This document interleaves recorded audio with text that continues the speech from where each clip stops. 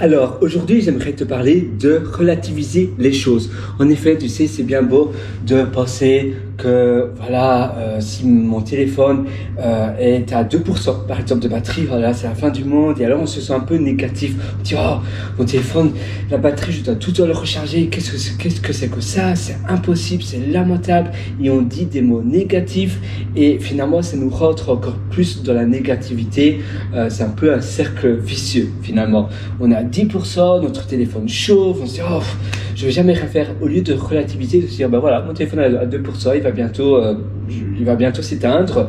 Je suis pas chez moi, mais ça va. J'ai finalement un plan B pour payer. Peut-être que j'ai mon Apple Watch ou autre chose, où je peux toujours payer par carte, ou bien j'ai une carte peut-être dans ma poche de mon pantalon.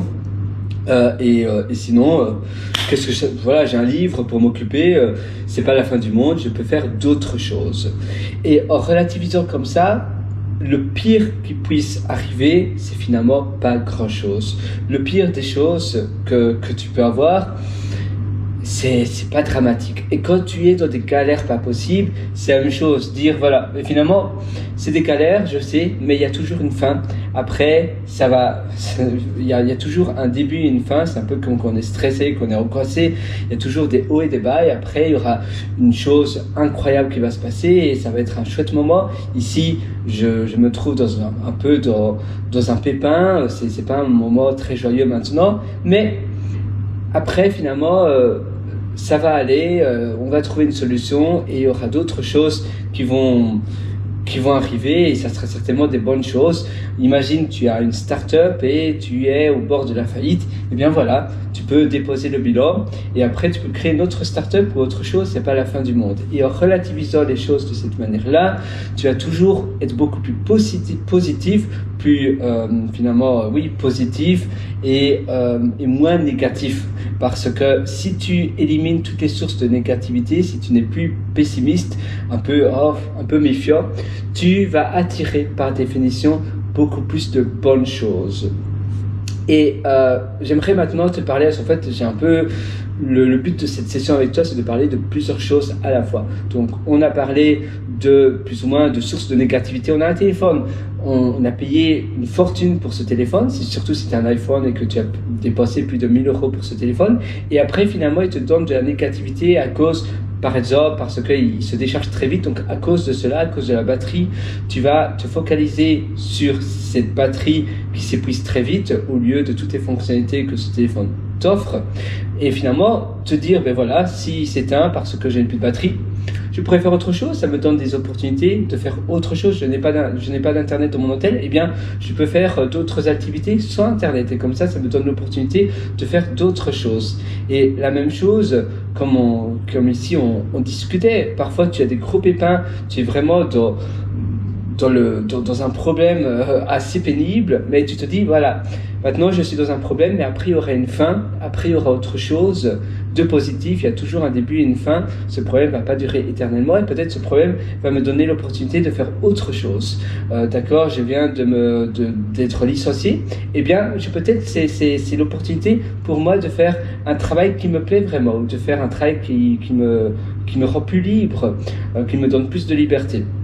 Et puis ici, j'aimerais te parler maintenant de passion. Tu sais que souvent, tes passions, quand tu cherches tes passions, qu'est-ce que tu faisais quand tu avais entre 9 et 13 ans, entre 8 et 13 ans, qu'est-ce que tu faisais? C'est souvent ce que tu réalisais entre 8 et 13 ans, ce que tu aimais faire durant ces moments-là, donc quand tu étais enfant, juste avant ton adolescence, donc avant que tu te laisses un peu influencer par les ados de ta classe.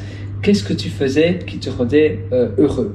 Et c'est souvent ce que tu faisais durant ces moments-là qui est une vraie source. En fait, c'est la révélation d'une source de passion garantie. C'est la révélation que ce que tu réalisais à ce moment-là, quand tu avais entre 8 et 13 ans, si tu adorais dessiner, si tu adorais jouer peut-être de la terre, eh bien, qu'est-ce que tu pourrais faire maintenant en tant qu'adulte qui a une corrélation avec ce que tu faisais quand tu étais petit. Et en réalité, c'est vrai que souvent, les choses qu'on aimait faire quand on était petit, qu'on était enfant juste avant l'adolescence, donc 8 à 13 ans, eh bien, ces choses-là, ce sont les true passions. Donc, les true passions, c'est les passions vraies. Les passions vraies que tu adorais réaliser. What's your passion? Oh, my passion? Playmobil. J'adorais jouer au Playmobil quand j'étais petit. Eh bien, qu'est-ce que je préfère maintenant en tant qu'adulte? Vendre des Playmobil peut-être, vendre des Playmobil collector sur un site comme Shopify et autres. Et bien voilà, tu vois, j'ai trouvé mon boulot, boum. Et en même temps, ça va me replonger en enfance et toutes les merveilles quand j'étais enfant.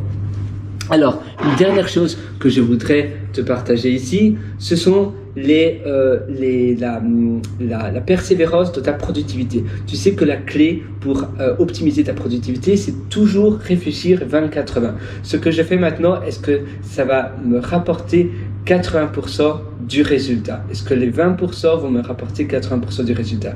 Et tu sais que également, souvent, les tâches qui nous font plaisir, ce sont les tâches les meilleures que l'on réalise. C'est-à-dire que tout ce qu'on n'aime pas faire, souvent on est un peu médiocre dans ces tâches-là. Et donc là, c'est un signal comme quoi tu dois déléguer ces tâches-là. Et souvent, les tâches que l'on adore faire, les tâches passion, ce sont les tâches où on est vraiment bon dedans. Et donc les tâches les plus... c'est celles qui rapportent le plus finalement. Parce que tu seras par définition très très bon vu que tu adores réaliser ces choses-là. Voilà, moi je te souhaite tout le meilleur du fond du cœur. Si tu vas encore plus loin, tu peux me rendre visite sur mon site pierrewriter.com, c'est pierrewriter.com. À une prochaine, ciao.